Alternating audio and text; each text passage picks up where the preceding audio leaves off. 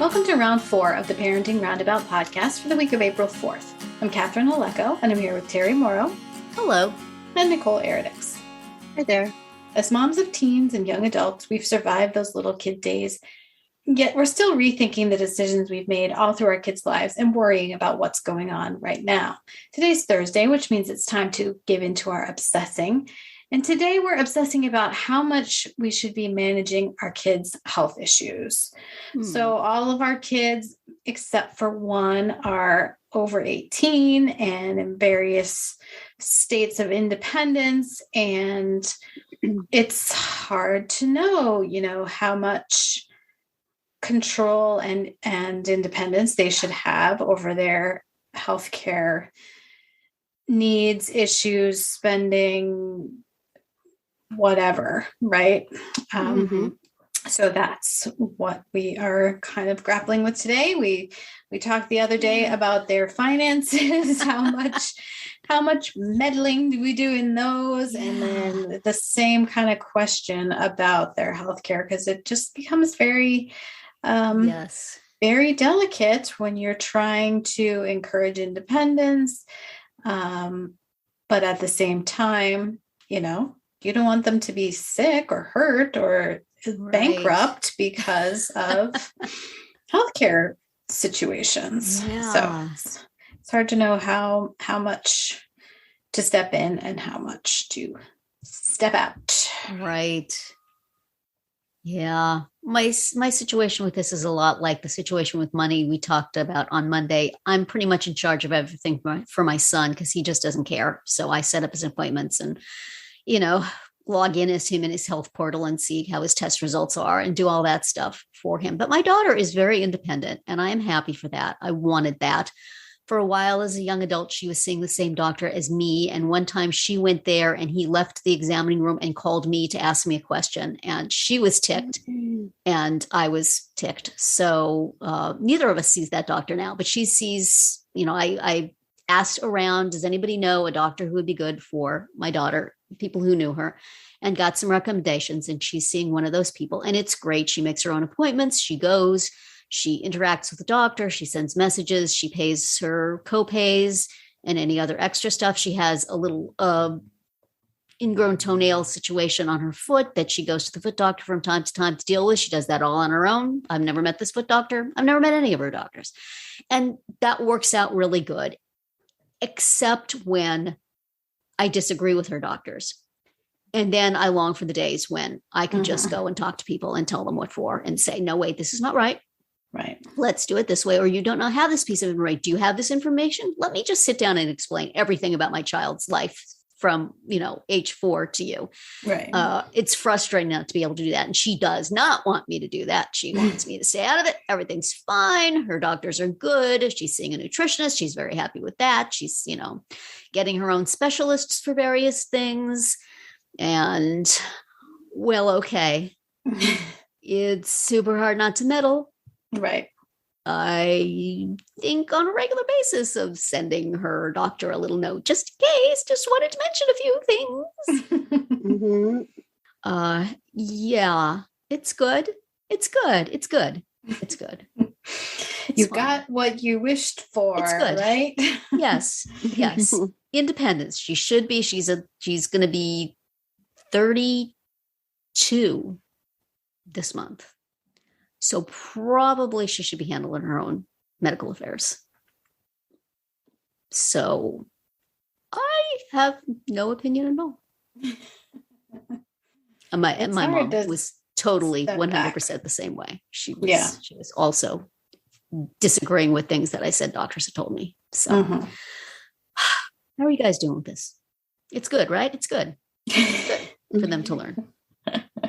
It's their bodies, right? It's their bodies. Yeah. Yeah.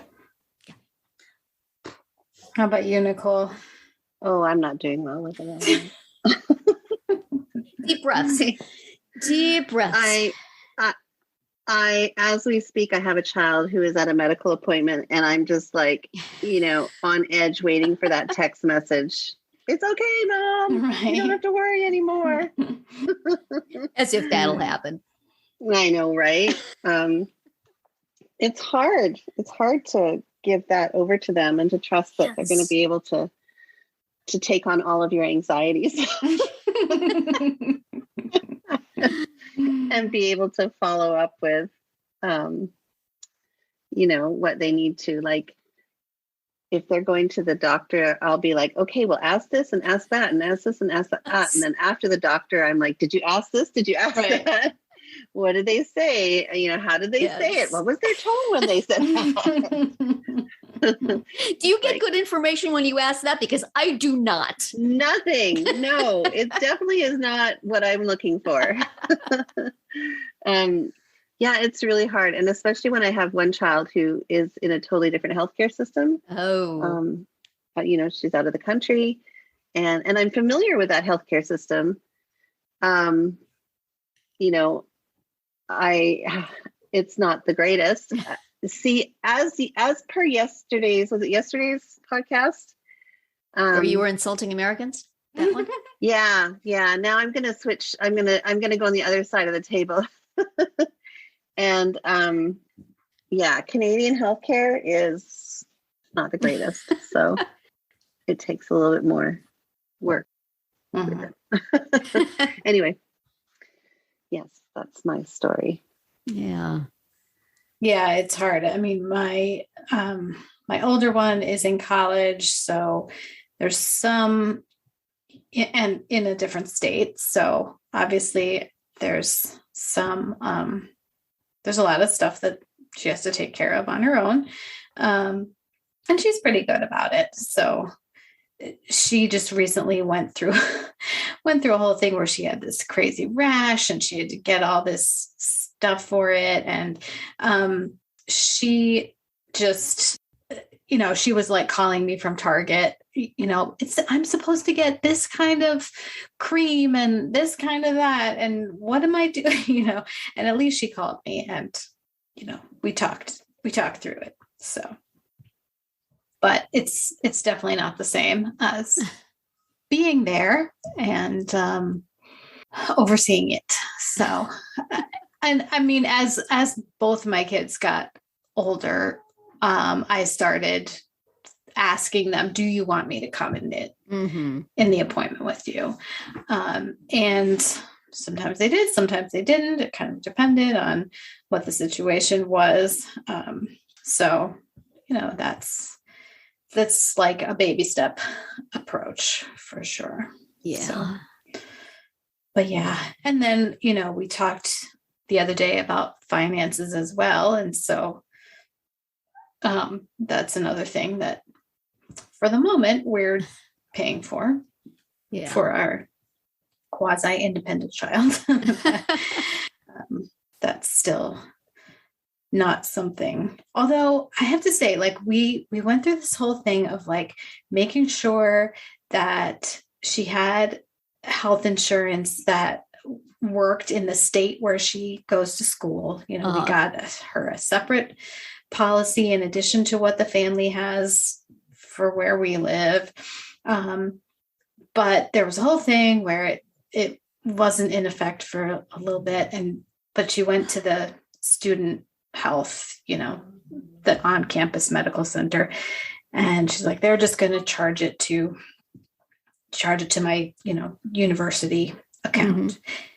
And then eventually I got the notification that there was a balance due, and I go, and it was $100 for like 6 visits.